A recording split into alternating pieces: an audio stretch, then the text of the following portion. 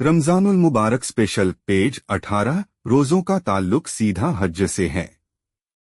मोहतरम हजरात और अजीज दोस्तों, पिछले वीडियो में हमने देखा कि कुरान पर ईमान रखने वाले लोगों, आप पर रमजान के महीने में रोजे फर्ज कर दिए गए हैं, जिस तरह की आपसे पहले की उम्मतों के लोगों पर फर्ज किए गए थे, ताकि आप मुत्तकी यानी शैतानियत से परहेज करने वाले बन सको।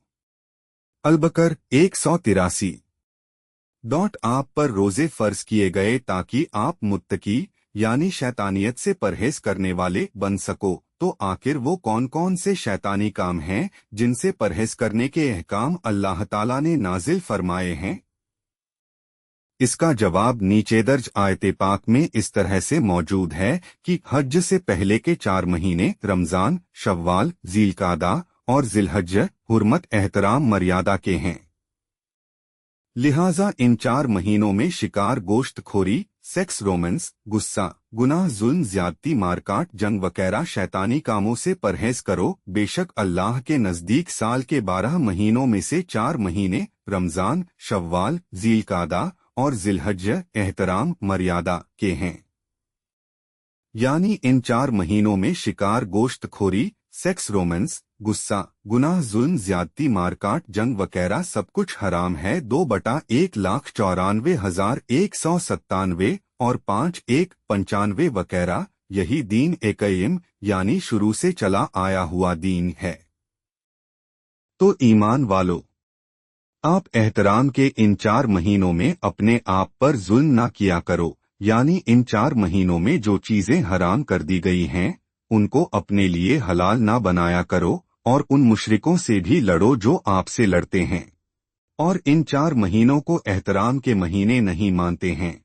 और ये इन रखो कि बेशक अल्लाह तो सिर्फ उन लोगों के साथ होता है जो इस दीन क़य्यिम के मुताबिक इन 4 महीनों में शिकार, गोश्त खोरी, सेक्स, रोमांस, गुस्सा, गुनाह, जुल्म, ज्यादती, मारकाट, जंग वगैरह से परहेज करने वाले होते हैं। अत-तौबा 36। तो अब जरा इस आयत पर गौर फरमाएं कि इसमें रमजान के रोजों का ताल्लुक सीधा हज से जुड़ा हुआ नजर आ रहा है। वो इस तरह कि अल्लाह ताला ने हज से पहले के 4 महीने रमजान, शव्वाल, ज़ीलकादा और ज़िलहज हुर्मत, एहतराम, मर्यादा के महीने मुकर्रर फरमा रखे हैं।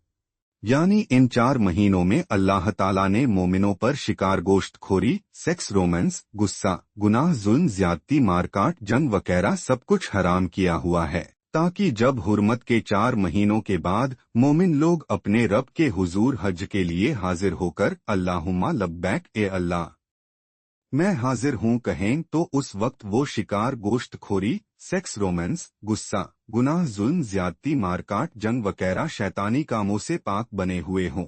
लेकिन जैसा कि हम सब जानते हैं कि रसूल पाक कुरैश यानी कसाईयों में पैदा हुए थे, जो इंतहाई हिंसक, वायलेंट और बिगड़ी हुई कौम थी, जिसके लिए शिकार, गोश्त खोरी, सेक्स, रोमांस, गुस्सा, गुनाह, जुल्म, ज्यादती, मारकाट, जंग वगैरह फौरन छोड़ देना नामुमकिन था। इसलिए उसे रोजों की मदद के जरिए से ये सब कुछ छोड़ने का हुक्म दिया गया।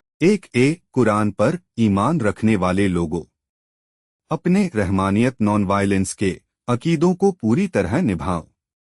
हालांकि हालात के मद्देनजर अल्लाह ने आपके लिए साल के 8 महीनों में पालतू जानवर हलाल कर रखे हैं, लेकिन आप हुर्मत के 4 महीनों में अपने लिए शिकार, गोश्त खोरी को हरगिज भी हलाल ना बनाया करो।